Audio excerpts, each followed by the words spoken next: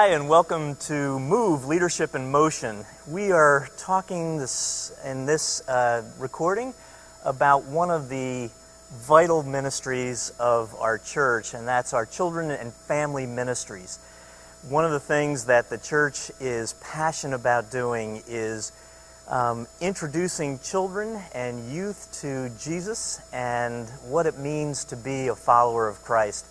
And so in this ministry, we want to equip families to be able to raise their kids in the faith, and we as a community of faith want to come alongside them and support them. And so I'm excited about our children and family ministry.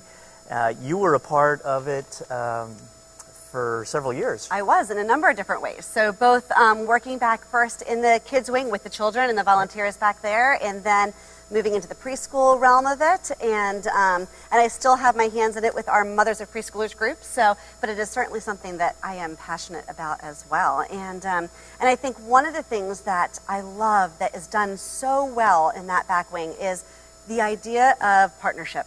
And the idea of the fact that we can't do this alone. In looking at a variety of curriculums, we don't actually use Orange any longer, but one of their perspectives that we have always held on to is, if we got access to these children for 1 hour a week, we would only have 52 hours a year with them. And we don't get that. We know that people aren't here every single week, so our access is even more limited. So for us truly to make an impact in the lives of these children and these families, we've got to be doing it in partnership with the families. And that's something we take very seriously here at Hope.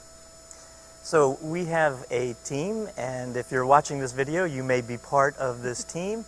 And so our family and children's ministry, of course, you'll have the director that is going to be unfolding and fleshing out these values in more significant ways, but to just lay them out, talk about some of the values of our family and children's ministries.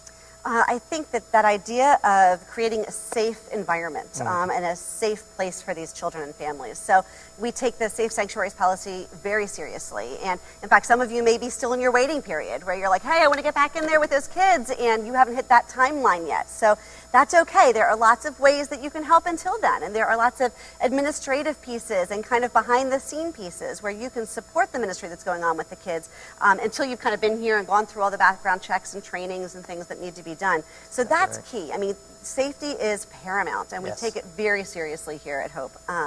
And we're really blessed to have some awesome people who are actually in security management and things like that out in the workforce who are able to come in and provide us with insight and perspective in really when we formulate how things run, both through the preschool and the children's ministry here at Hope, which is awesome. Yep. We have to constantly be checking the safety of our kids, and so we do raise that as a value, and so we appreciate patience of folks and also the support, because no parent is going to leave a child in a place where they feel anything but fully safe and secure. No, that's true. And one of the next values that I think that you'll see most often back there is that firm foundation. We recognize that we are laying a groundwork for students. We are laying a groundwork for kids to believe in Jesus and to know who he is. And the reality is, what we find is that we're laying that groundwork for a lot of parents too. A lot of the families that are coming here, they're not coming from another church. They're not coming from having grown up in the church. They are recognizing that there's something missing in their lives, and they're just starting to figure out what that is here at Hope. And so that's where communication is so paramount. We want to be sure that we're equipping the parents and letting them know, hey, this is what your student learned today, and here are some key questions you can ask them, and hey, here are the answers, where you can find the answers to those questions, so that you can stay on the same page with your students' learning. And that is huge, because parents have a really hard time wanting to engage with their child when they feel like they don't know. How can I ask you, and I don't know the answer to that, or I haven't read that Bible story, or so communication is huge, and really partnership. One of the things we talk about a lot here is our desire to have no ministry as a silo. And so, again, we want to equip parents to be able to nurture their children's faith. And so that can happen in the Children's and Family Ministry, but it can happen in other ways as well. It can happen through our worship ministries. It certainly happens through our small group ministries. We want parents' faith to be growing, so as they're engaging with their kids, they're doing it from their own growth as well as an interest in their child's growth. Yes, we try very hard to make sure that we're offering continual opportunities for parents to be developing their faith and also their parenting skills. You know, how do I parent in this faith that's new to me? And what does that look like? And is it different than what I've been doing? And that idea that nobody really is supposed to be doing this alone.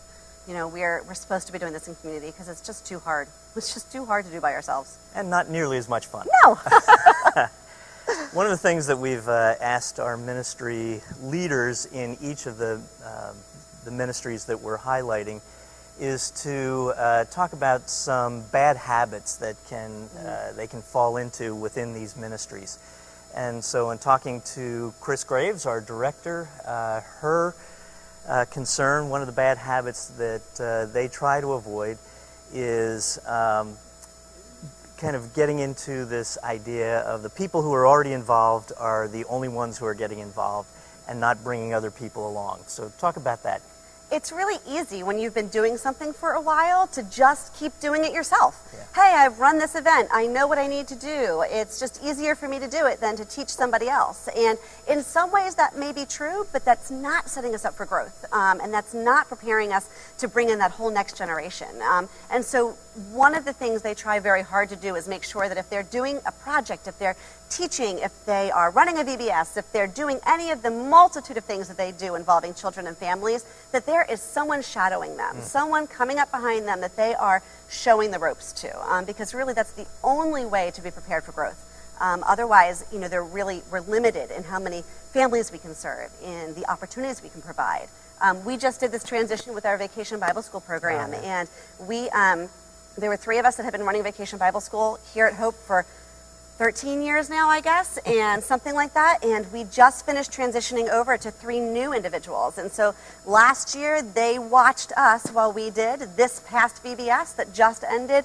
We kind of watched them while they did. And we were there if they had problems, if they needed somebody to troubleshoot with them. And next year, they will really run with it. And we will, of course, be there again if they have any emergencies or questions or things like that. But we had a great time doing it. And let me tell you, these ladies, they came in with innovative ideas and questions, and they were like, why did you do? Oh, no, we've just always done it that way. Well, wouldn't it make more? Yes, it would make more sense. Let's do that. So some fresh ideas and perspective. It's invigorating.